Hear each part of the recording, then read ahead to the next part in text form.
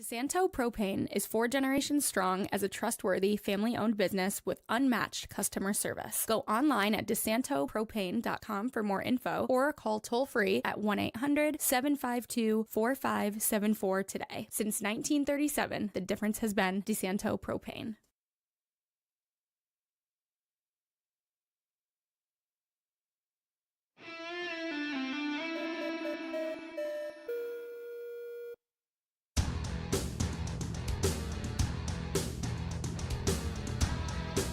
Good afternoon. Welcome to Against the Boards. Chamberlain Bauder here with you, my producer Paul Russo, as we get ready for another week talking about hockey and lacrosse around the Finger Lakes. And as I say it like that, we're talking about a little bit more here today than just things happening at the Blue Cross Arena. As many hockey fans may know, right now it is that time of the year at the end of March when the playoffs roll around. And if you're a Division III hockey fan and you live in the state of New York, now is as good a time as any to tune into some hockey. This weekend in the Frozen Four for Division III, Hobart, Geneseo, and Utica all in that Final Four along with Curry. Now, unfortunately, I won't be able to cover the Amerks and Knighthawks this weekend because I will be broadcasting Hobart through that Frozen Four timeline and tournament, but figured, why not? We'll give you guys a little bit of a preview here about that set of games coming up in Utica this weekend, and why not? It will be against the boards, so I guess it's still fitting. The first matchup for the Hobart Statesmen on Friday, tomorrow at 3 p.m. They'll be taking on the Geneseo Knights. Now, the beauty of this matchup, in my opinion, really is, statistically speaking, on the season, this is arguably the best goalie matchup that we're going to get at any point on the year. When we look to the Hobart Statesmen this year, they have easily had the best 2 goalies in the entire country in Damon Beaver and Maverick Goyer, pictured here. It's not even close. When one of them is only playing half the games of the season and is still the first team all-conference goalie selection, and then your backup winds up being a third team all-conference selection. Absolutely insane numbers. When we look through the actual statistics of Division III hockey on the season, the number 1 goalie in winning percentage is the backup for Hobart in Maverick Goyer. Number 2 is Damon Beaver. And really, when we look through, I'm pretty sure just about any goalie statistic that we can come up with here, number 1 in save percentage is Maverick Goyer. Number 2 in save percentage in the country is Damon Beaver. They are just absolutely disgusting as a duo, and it is nothing but dumb luck. Maybe not dumb luck, but how do the Statesmen have both of them on their roster with a transfer portal existing? I don't know. It's crazy. Also, even crazier, they're both juniors. Like, they still have another year that, as a tandem, they clearly are ready to stick around and play out another year likely. So just wild things to see out of the back end from the Hobart Statesmen, and to see that they have been splitting time as this playoff run has gone on. Now, it will be interesting to see if maybe Damon Beaver is going to get all of the minutes in these last 2 games because they have that day in the middle.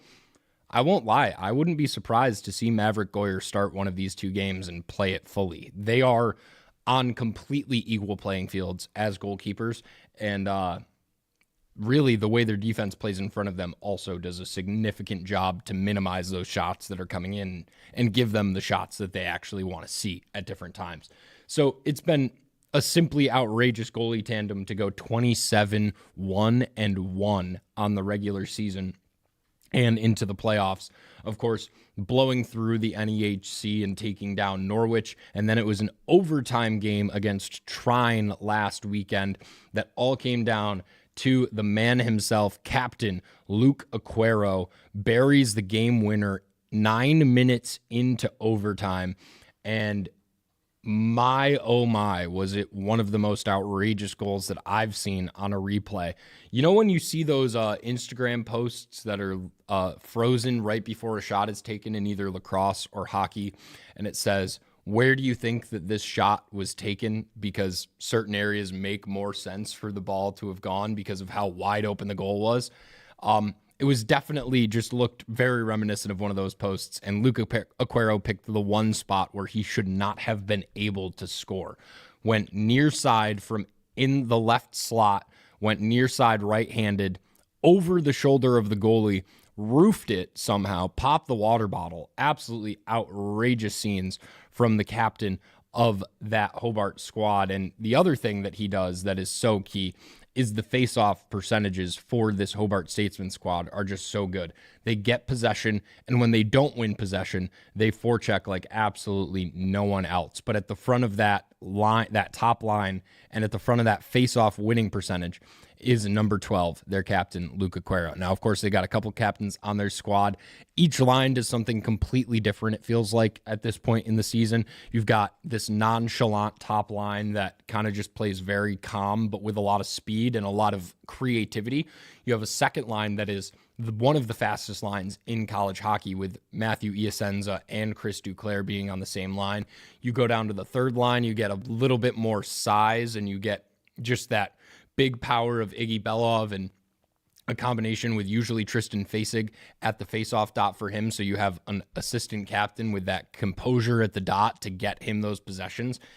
And then on the fourth line, you have usually a group of new guys that are the definition of grinders. I feel like day in, game out, this fourth line for the Statesmen has consistently been the best forechecking line that they have in any point throughout this season. So they give you a completely different look with each line. They roll four lines. They don't care who's out there on the ice. And it's just a sight to behold. There's really no other way to put it. If you have a chance to tune in at hwsathletics.com, I'll be broadcasting on there. But it's a 3 o'clock start for Geneseo on Friday. And as they take on, of course, the Hobart Statesmen in that one. On the opposite end of the bracket, Utica hosting Curry, that game at 7 o'clock on Friday. Now, ultimately, based on the way that seasons have played out for these teams, you could argue that on one side of the bracket, you have a really awesome matchup between two teams that have consistently been near the top of the rankings statistically for goalie play at times in the season, and they have not played each other once in the regular season, despite this being two teams with a little bit of a history here. And of course, you know, if you're Hobart, you're looking at this as, hey, Geneseo, you can dodge us by leaving the SUNYAC when we're about to come into it, but you can't dodge us if you want to go to a national championship game. So ultimately, an awesome matchup that we're going to get to see here for that one tomorrow. But I'd take my chances that whoever wins at 3 o'clock tomorrow will just be playing Curry at 7 o'clock on Sunday. Ultimately, that team is just... all three of these other teams in this bracket right now are better than Utica. Don't want to completely count out Utica, but when they've been beaten 3 separate times by Geneseo in just this season, it feels really hard to give them that extra level of credit for that. So, as we said, that Sunday championship game will be at 7 p.m., and no matter what, there will be a team from upstate New York in that game, whether it's Hobart or Geneseo that's playing in that one. And then, of course, if Utica can pull off the upset and take out Curry, then we have an all-New York final for the Frozen Four. But that's going to do it for our talk on the college hockey ranks of things. And now we'll transition to the Rochester Americans, who got a little busy over the weekend, and they're going to get a little busy again over this weekend, playing a 3-3 last Friday through Sunday, coming out 2-1 on that weekend, and then getting ready for this weekend, another 3-3, and then a Wednesday game added on top of that. So it'll be a nice 4-6 for the Amerks. Like we said, unfortunately, I won't be able to head to any of those games over this weekend, since I will be in Utica and Saratoga Springs for the whole of it. But on that Wednesday one, we'll get some more Amerks content coming in for you. The Amerks, though, of course, when you get a 3-3, you got to go to the goalie tandem, and big time games from both netminders for the Rochester Americans. On Sunday, it was 33 saves from Devin Levi to control a comeback win and take that one down 4-3 as the final score. Meanwhile, Sandstrom came in on that Saturday matchup against Syracuse and only allowed 1 goal in that game. Great way to go through a weekend in the AHL after coming off of that tough 2-1 loss to the Checkers on Friday, bouncing right back with their backup goalie in, only allowing 1 goal on Saturday, and then with your starter, the comeback for a close one on Sunday. It was just a great way to play. But this weekend really, for the Amerks at least, somehow happened to be Swedish Appreciation Weekend, because boy, oh boy, did the Swedes pop off in Rochester. I'm calculating quick math in my head. 6 of the 10 Amerks goals from the entire week, or 6 of the 9 Amerks goals from the entire weekend were scored by Swedish players. The only goals not scored by Swedes were Nikita Novikov had 1 on Sunday, Jobst had 1 on Saturday, and Dunn had 1 on Friday. Every other goal was scored, 1 by Erik Brandstrom, 1 by, oh my goodness, Anton Wahlberg, almost lost it for a second there, and then 4 by the man himself, Noah Ostlund, who comes up with, on Saturday, a hat trick against the Syracuse Crunch, and then keeps adding on to that for his 15th goal of the season in the Buffalo representing jerseys on Sunday at the home barn. Just a great weekend for the kid. We talked about him last week, and while I was talking about him, I felt like maybe I was talking about him a little too much for what he had done. I guess timing worked out really well on that one, because boy, did he pop off right after we got done talking about Noah Ostlund. It's just awesome to see that, we've seen so much production from Isak Rosean as time has gone on, and then he's had these random times where he has to get called up, and the Amerks lose that bit of production.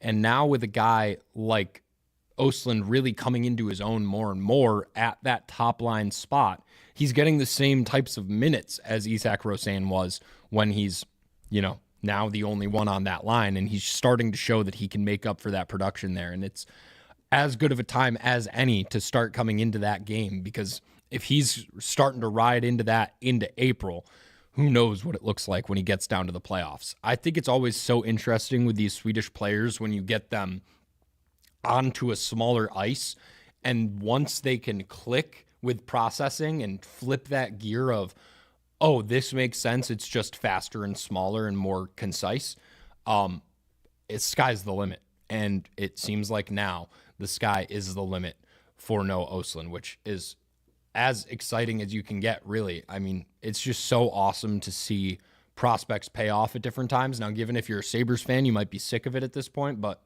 that's why I'm an Amerks fan. I love the ride of a prospect coming to their game at different points. And Noah Ostlund is definitely coming into his game this season in his first year with the Rochester Americans.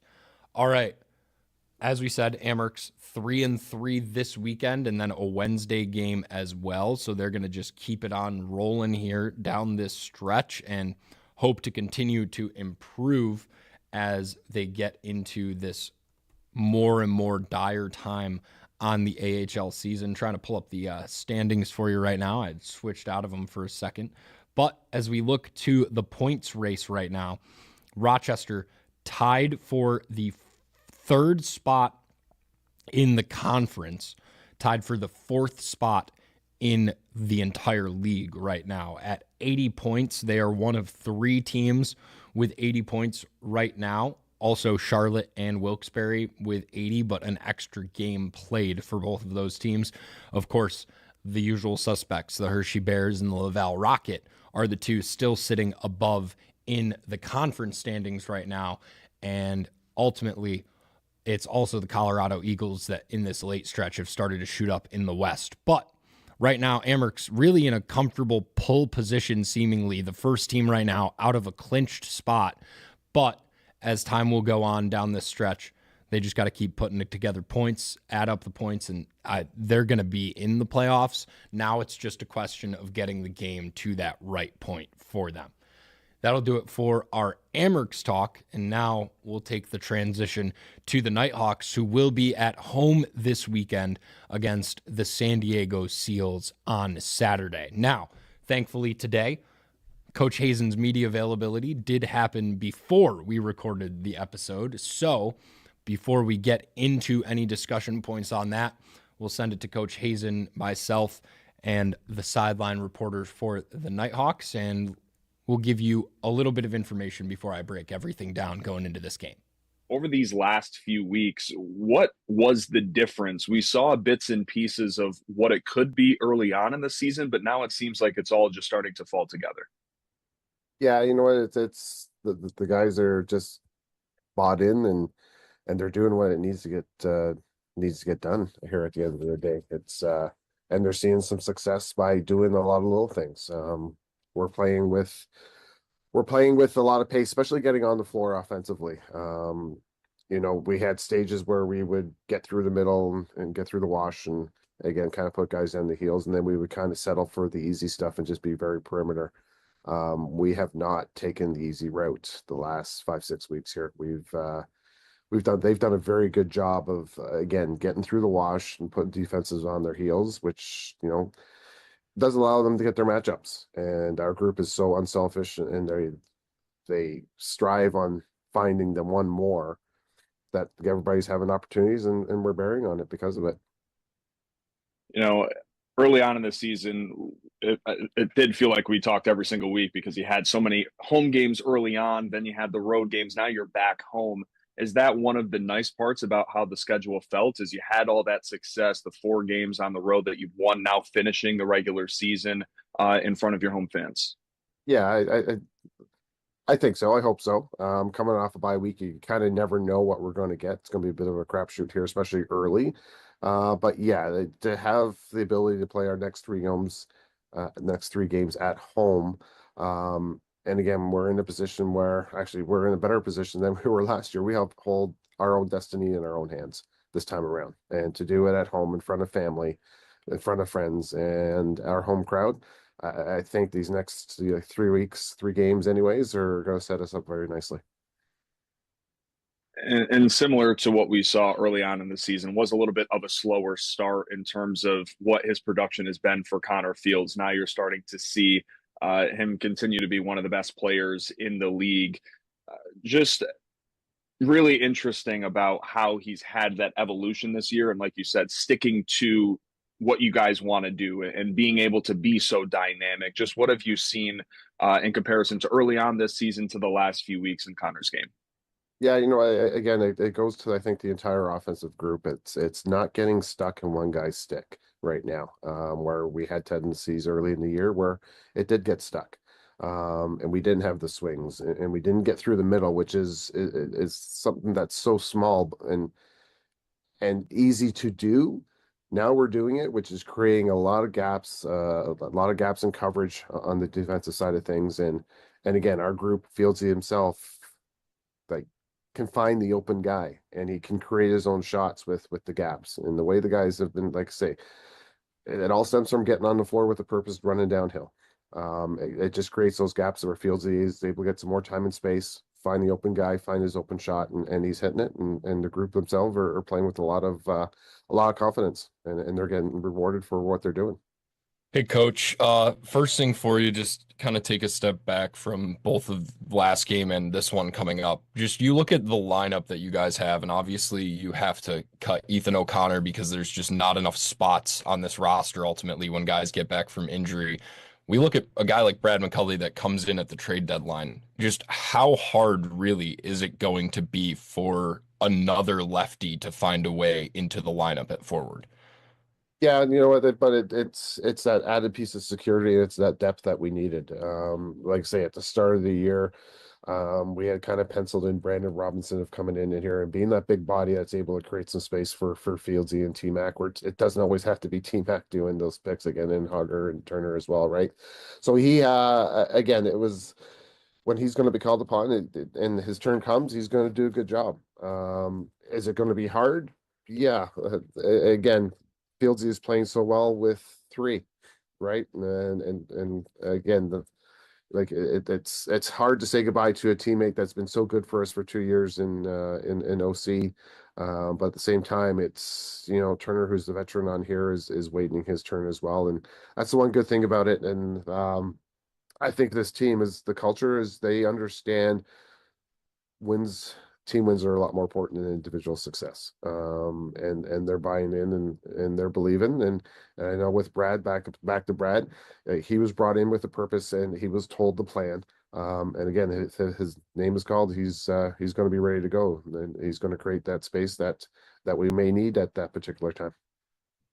Awesome. And I think one of the reasons maybe that he's can get pushed down the line a little bit more. Graydon's been playing great down this stretch through 2025. Just how I feel like ever since that Saskatchewan game, even despite it being a loss, you talk about team success over individual success, but he as a rookie still ended up going off in that game, and he's been pretty consistent since then. Yeah, 100%. Again, it's offense is a lot of confidence, right? And again, when you have that work ethic and you have that ability just to and again, we're lucky that we got two of them because I think Turner is one of the best ones. But like Graydon just brings a little bit extra right now, and he's scoring. And it's a lot of confidence that he has, and again, his demeanor on the floor and his ability to take everything in and do it, and then still want more and still progress. I think at the end of the day is kind of where he's playing right now. He's playing at that level we need. Awesome. You look at these last four games, and since Calgary, you guys have not scored a game winner past the third quarter. And then all of a sudden, 2 weeks ago, it's the second goal of the second quarter was the game winner of that one from Gilray shorthanded. When you look at the way that you guys have had to kill off games seemingly through this stretch and put things away for that second half more so, just how has the mindset been around that, making it be something that can help you guys instead of it becoming we're not playing that full 60 minutes anymore? Yeah, you know what? I think that is a bit of a challenge. And one good thing is that we are definitely showing up on time these last handful of weeks, right? Like, and that was one of our Achilles heel as well. We would get down early and then we start chasing and then, just kind of run out of energy and lose by one with 0.1 second or 2.5 seconds in a game, right? So it is a little bit challenging. I think we got a good lesson in Ottawa. We dropped Niter just kind of bowed out early for precautionary reasons. And so we were short of body playing again. Sisselberger does a great job on the faceoff, but Sisselberger plays faceoffs. So we have 9 guys in the back end as well. So we were basically down 2 bodies. And while it may have looked like numbers wise, statistically wise, we weren't at that same level. I thought we were at a better level because we had to make sure we were responsible. We didn't allow them to, use their ability to being down a couple guys that to run on us. So I thought we were good. We did what we had to do. We kind of locked it down as an offensive group and a defensive group together. And we kept them Ottawa to 4 goals in the second half as well. So it's I think that's a good reminder. And again, that's the name of the game is continue to play for 60 minutes and again, outside looking in, it may not look like it, but we actually did play a great 60-minute game against Ottawa. Definitely a fun one to watch. Last thing for me, transition is important every single week. This San Diego team over the offseason, though, of course, wanted to specifically improve that transition. Just what do you do about a guy like Zach Currier? Yeah, you know what, Zach's elite. Zach's at a different level. I think it's going to help us a little bit that the majority of his play lately has been out the front door, so he doesn't have that full floor to get going. But he's good, and offensively, we're going to be challenged as well because again, he has that ability to shoot from the outside and use his speed and pick his spots, and yeah, he's on our radar to say the least. But you know what, again. At the same time, as you said, their transition game is really good too. They added that to Chico, and they still do push as a group. They've been good, and I think they nipped it in the butt. They got a couple extra ones against Calgary, if I'm not mistaken, last week, which kind of put them over the top there a little bit too. So yeah, we gotta be mindful, and we've done a really good job of being that way, and at home as well for us. That comfort level also allows us with the way we change and where our benches line up that we're a little bit more comfortable doing that at home. And that's going to be key for us as you mentioned. Welcome back to Against the Boards. Coach Hasen right there, obviously from just earlier this morning. And I want to first start with where we ended there with that one. Obviously, just a little bit of insight for any fans. When they're at home, transition is easier just because of the way the box is set up and how they know where they can come out and everything like that. Totally makes sense. Wish that translated a little bit more to their record at home, but down the stretch of the season, clearly things have been looking different than they were in the earlier part of the season, and a lot of those home games happened in that early stretch when this team just was not at the same place that they are right now. That place that they're at right now is number 6 overall in the NLL standings after ultimately popping over Vancouver and Georgia over the way that last weekend shook out. As we take a quick glance over to how that weekend did shake out, a couple of big helpers did in fact come through. Obviously, Buffalo ends up clinching over the weekend with their Tucker Out Lymphoma win over Las Vegas, and then ultimately doesn't matter when they play against Albany on Saturday. Despite losing that one, they're already in the playoffs now. But the two big games for Nighthawk fans out of the weekend, Ottawa tops Colorado by 5 on Sunday, 14-9, and Vancouver tops Georgia. That ties the two of them up just behind Rochester at 7-7. And then obviously Ottawa right now is too far away from that spot, and now the Nighthawks have that head-to-head. But they pull Colorado down just a little bit more and really put them within striking distance of the Nighthawks now, which is something that last week we were even talking about almost wasn't going to be a possibility just because of that head-to-head matchup that was there. But now Colorado is, like I said, right within striking distance. They're still a game behind. And so when we get that bye week again, we're going to have to pay attention to Colorado on that one as time goes on. The other team that's important, of course, is the team that the Nighthawks are going to play this weekend, and that is the San Diego Seals. The Seals currently sit at 4th place in the standings on the power rankings of the NLL. They're sitting at 3, just behind Rochester. And you'll see I'm not necessarily talking about those power rankings too much because while we talked about it last week, and yes, off of 4 dominant games, the Nighthawks are one of the best teams in the NLL right now and one of the hottest teams in the NLL. Ultimately, when you're going up against another team that's riding hot like San Diego is coming into this point, and meanwhile, San Diego riding in on their own 3-game win streak right now against Vancouver, Vegas, and Calgary, it's null and void when you got two teams that are sitting at the top of those power rankings. This is this is the hardest remaining game on the Nighthawks schedule. I would have probably said 2, maybe 3 weeks ago that this was the hardest remaining game on the schedule for the Nighthawks. There's no doubt that this is that final test before they push into the playoffs. And I think it's also one of those things where when I look at this game specifically against a team that obviously has the offensive production that they have, they also have a young goalie in Chris Origlieri. They've got good transition with, as we heard there, DeChico in transition, and also just that reverse game of Zach Currier. He'll come out the Odor, but then he can also snuff out those transition opportunities that the Nighthawks have been capitalizing on at different points in games earlier on through this stretch. But this is the test, ultimately, as it comes down to it.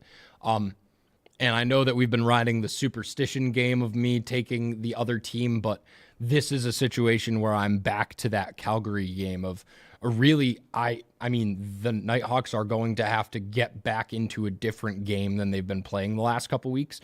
And I mean, sure, could they find that 7 goals in the first quarter and high efficiency really early on and play like that? They very well could, and that would be amazing if that's how it goes.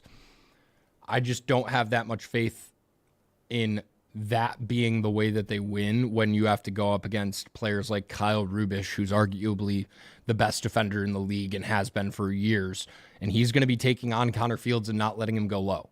Like, that is actually, Kyle Rubisch is probably going to bait him into going low and then absolutely lay him out.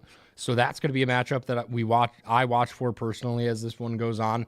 But I mean, it's a high-flying offense of the Rochester Knighthawks every single week, time after time.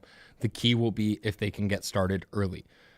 Now, with that said, I also think that this game ultimately has a chance to just fly with goals. The last time that San Diego scored single digits in a game was January 4th of this year, and it was a 6-5 win over Ottawa.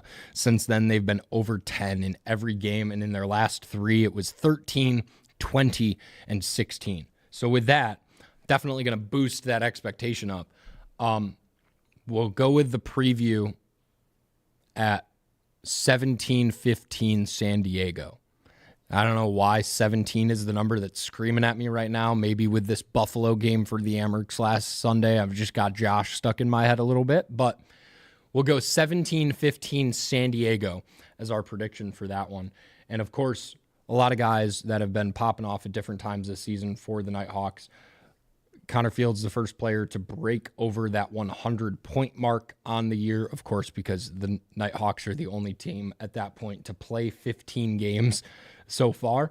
But just a quick look through the stats. He's tied with Dane Smith right now for the most points in the league. And also Ryan Lanchberry, after the game 2 weeks ago, set a new franchise record regardless of era. This is where it's actually really cool. He beat Cody Jamieson and Dan Dawson's record for assists in a season. What company to be in? Cody Jamieson and Dan Dawson? Are you kidding me? That's elite of elite company. That is not just the cream of the crop, that is the cream of the cream of the crop when it comes to NLL stars that have graced Blue Cross Arena. And now Ryan Lanchberry puts his name up there with those guys. He's at 72 on the season right now. The only player with more assists in the National Lacrosse League than him, who else? It's Dane Smith, who is always on pace to blow out his own assists record, and it's just simply outrageous year after year. But awesome to see so many Rochester Knighthawks up near the top of the points list right now. 104 for Fieldsy, and he's still going to keep it rolling. This feels like as high of a year as any to put him into that MVP conversation. He's been in the conversation in years past, but last year there was really no doubt that it was a Dane Smith or Josh Byrne award. This year, though, definitely a chance for Connor to steal it. Now, will they say that Buffalo clinching first in the playoffs and Dane and Josh both having the seasons that they are is maybe too impressive? Sure, they could say that. What I would argue is that they have two guys that are doing that same thing. How do you validate one of them being more valuable than the other versus the Knighthawks? Clearly, Connor Fields is the one of this team, clearly the most valuable player on their team. I think that's where he has his argument.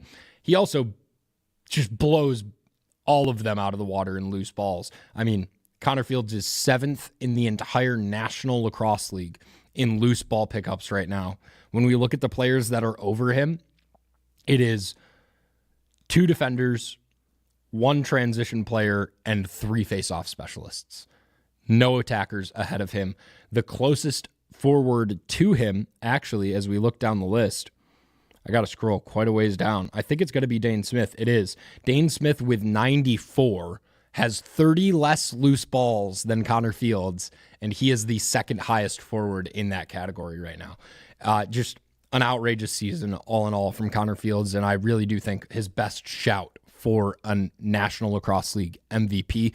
At the very least, Offensive Player of the Year is in the bag after adding that award last season.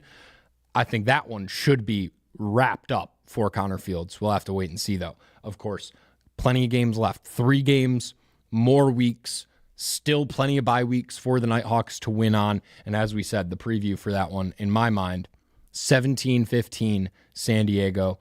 We know where the superstition lies, but I also think that this is that hardest game of the season left for the Knighthawks. That's going to do it for us this week on Against the Boards. I've been Chamberlain Bauder. Thanks to my producer, Paul Russo. We'll see you next week with more on the Amerks and some results from the Frozen Four.